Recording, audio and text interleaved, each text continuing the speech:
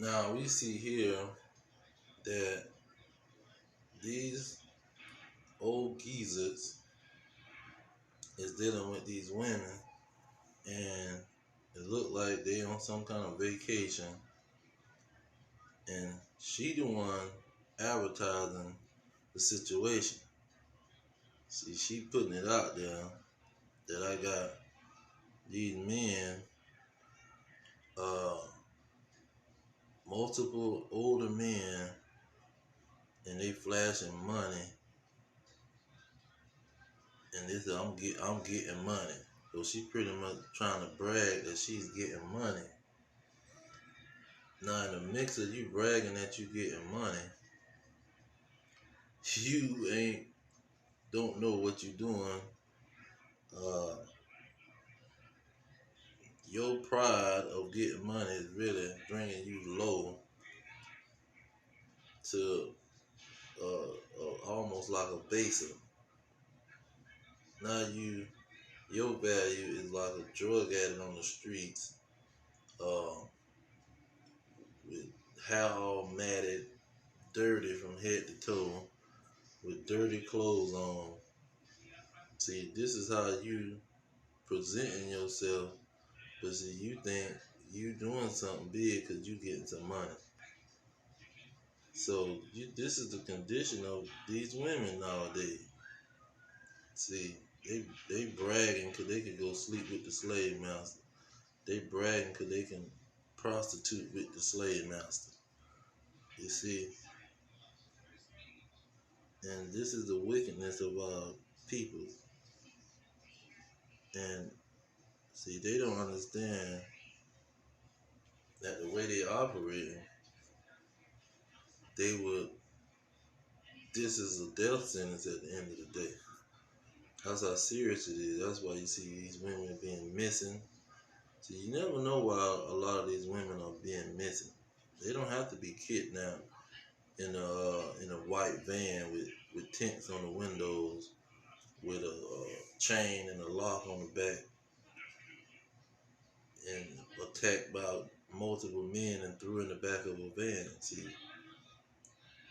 they would jump out there and be tricking off with these uh, people that will kidnap them and sell their body parts or use them as a sex slave.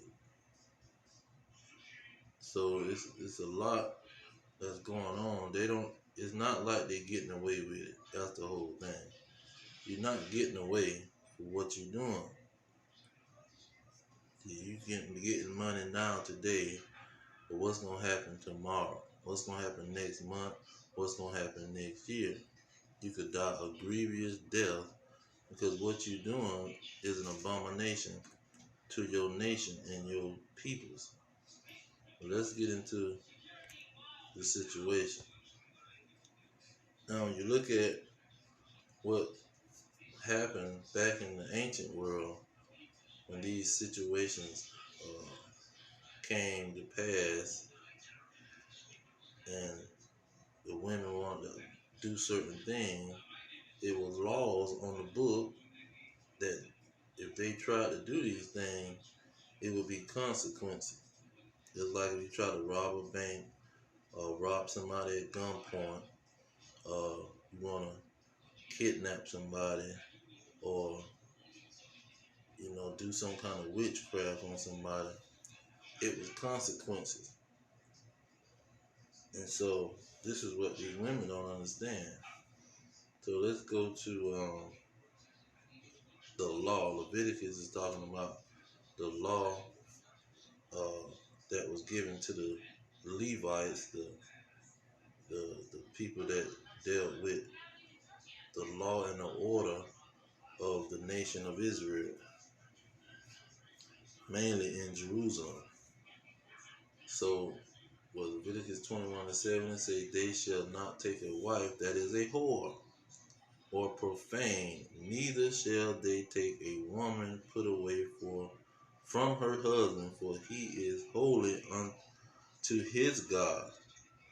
Okay, so he was saying that the men shouldn't deal with these women That's whores. Then you go to let's see here, Deuteronomy, what is it, 23:17.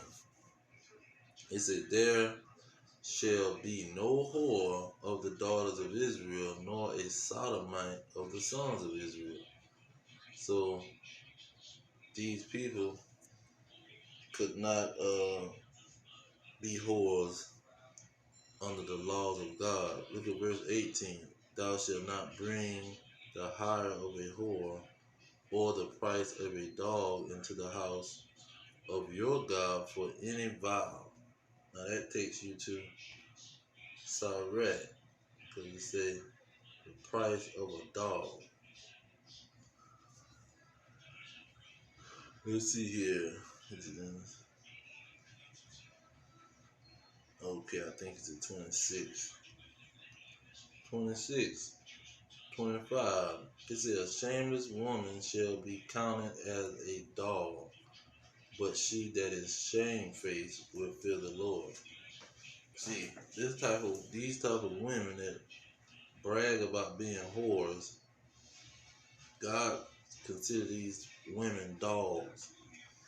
See, the worth of a dog. See, a Chinese person to eat a dog eats slop and its own vomit and boo boo. A dog is a filthy animal. This is how the Lord see these types of women, as filthy animals. And this is why he told his men not to deal with them. Look at verse 9. It said, "The daughter of any priest, if she profane herself by playing a whore, she profane her father, she shall be burnt with fire." You see, you couldn't embarrass your father and profane him. They would put you to death.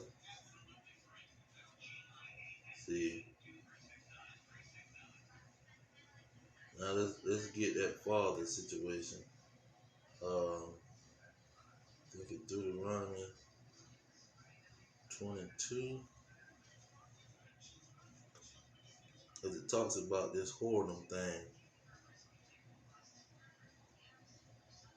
Let's see here.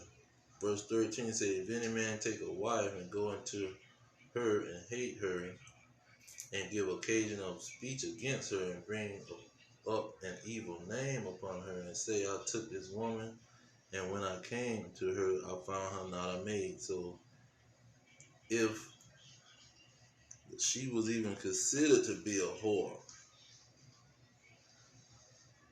this was a great shame. Look at verse 15. "Then shall the father of the damsel and her mother take and bring forth the token of the damsel's virginity unto the elders of the city in the gate."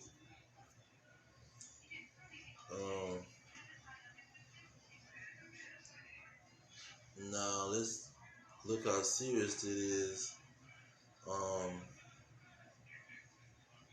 Because it talks about if the dude that's saying she wasn't a virgin, if he was lying, if he was telling a lie and trying to make it seem like the girl wasn't a virgin. Okay, it says,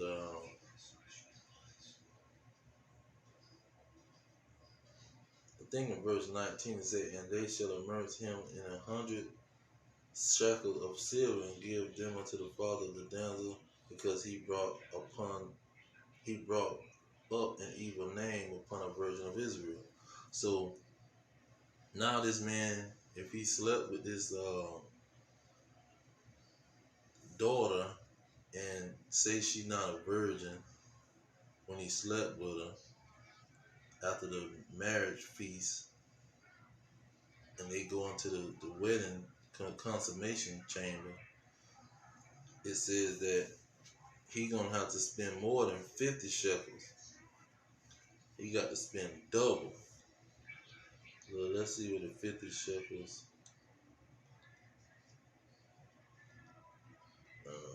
See if it's in up here.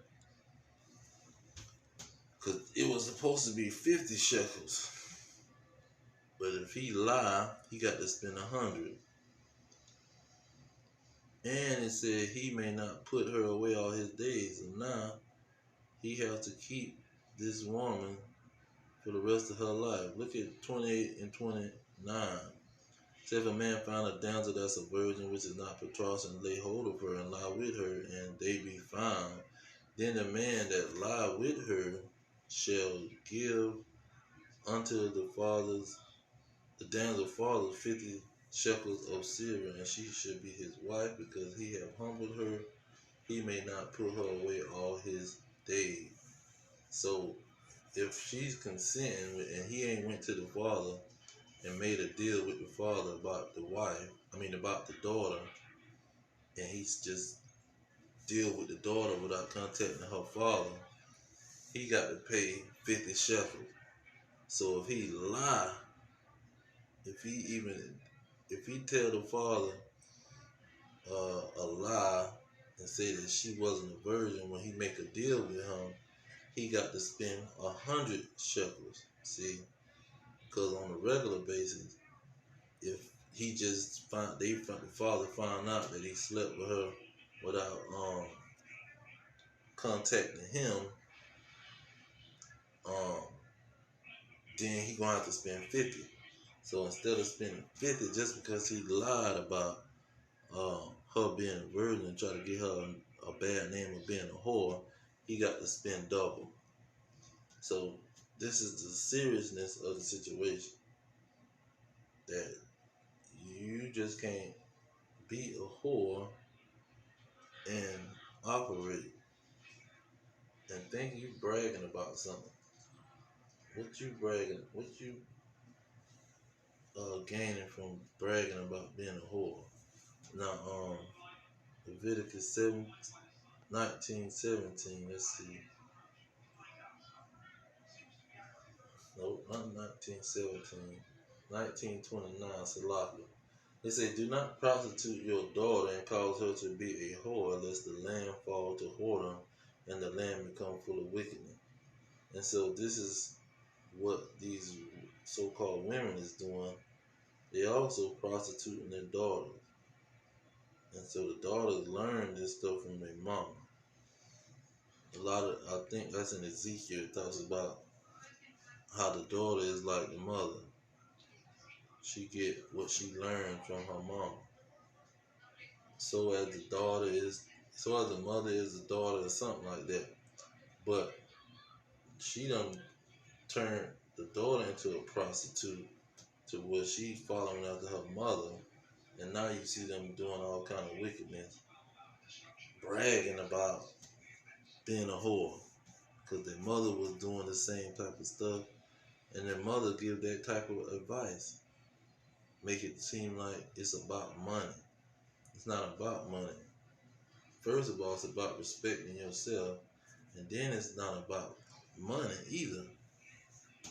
Not about what somebody can give you, but this is how they see it, and this is what caused them to get into that trap. Look at him. We talking about the children now. Isaiah 3:12 will say, as for my people, children are their oppressors, and women rule over them. O my people, they which lead you cause you to err and destroy the way of your path. So the daughter, when she was a child, the woman was ruling over her and telling her that it's okay to focus on money when it comes to a man. If he ain't got no money, a car, and a place to stay, you don't deal with this man. Now, when you go into, let's see here, 2 Timothy, it's 1 Timothy.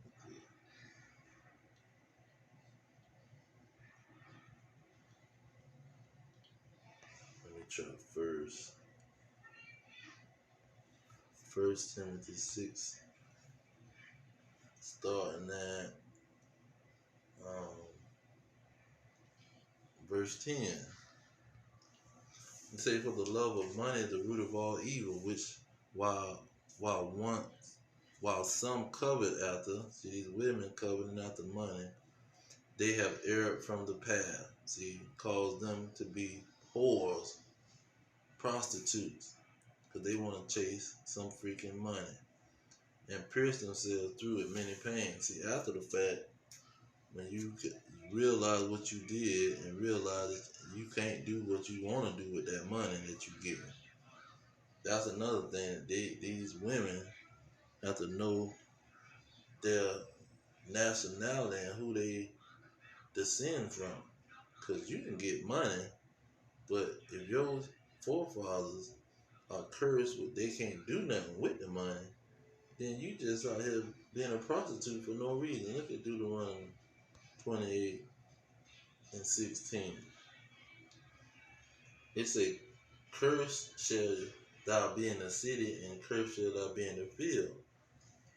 Verse 17, "Cursed shall be your basket and your store." So the money that you get and put in your basket, that's even cursed. You see, that's not gonna be stable due to your forefathers, due to who you descend from.